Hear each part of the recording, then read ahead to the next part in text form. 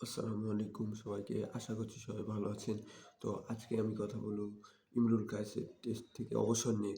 ইমরুল কায়েস ইতিমধ্যে test cricket থেকে অবসর ঘোষণা করেছে আপনারা জানেন।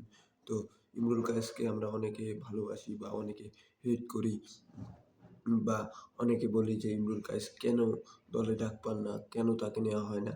তো আজকে ইমরুল কায়েসের টেস্ট ক্যারিয়ার নিয়ে আমি সামান্য আমার এই ক্রিকেট জ্ঞানে কথা বলতে চাই।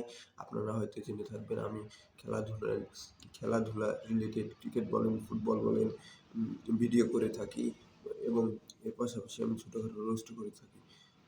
তো আমার এই সীমিত ক্রিকেট জ্ঞানে উম আমার জায়গা থেকে আমি বলব যে ইমরুল কায়েসের টেস্ট থেকে অবসর নেয়াতে আমরা অনেকে চমকে যেতে পারি। কিন্তু ইমরুল কায়েসের ক্যারিয়ার নিয়ে আমি কিছু কথা বলতে চাই সামান্য।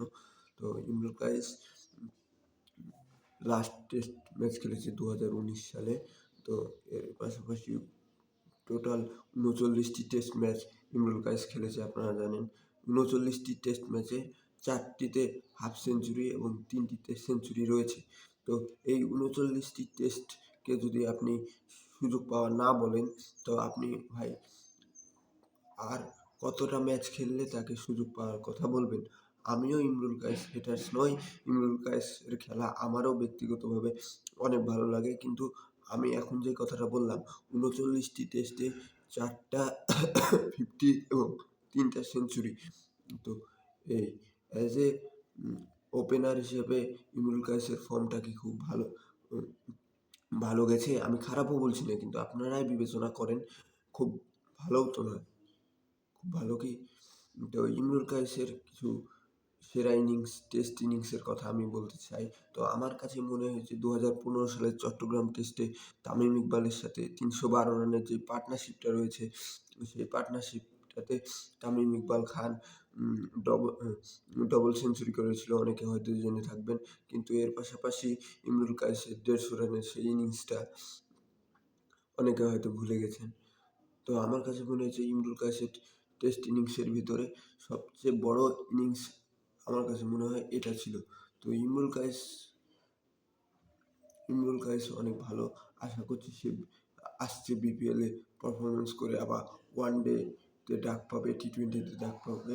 এর পাশাপাশি আমি উম কালকে ইন্ডিয়া এবং সাউথ আফ্রিকা ম্যাচ নিয়ে কিছু কথা বলতে চাই। তো আমি বিশেষভাবে তিলক বর্মার সেঞ্চুরিটা নিয়ে কথা বলতে চাই। তিলক বর্মা যে সেঞ্চুরিটা করেছে ৫৬ বলে ১০৭ রানে নট আউট।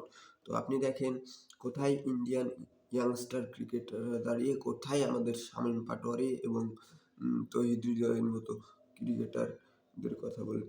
উম তিলক বর্মার নাম আমরা অনেকেই জানি, অনেকেই ক্রিকেটের খোঁজখবর রাখি বা অনেকেই জানি না। আপনি ম্যাক্সিমাম 80% হয়তো জানবে না আমি মনে করি।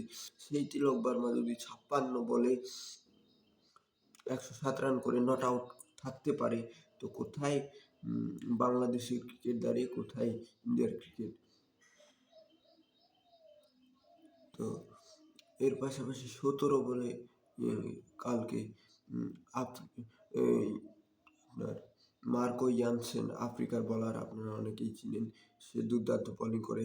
উম সে ১৭ বলে ৫৪ রানের একটি ক্যামিও ইনিংস খেলেছে। ভাই আমাদের কোনো বোলার কি এটা খেলতে পারবে?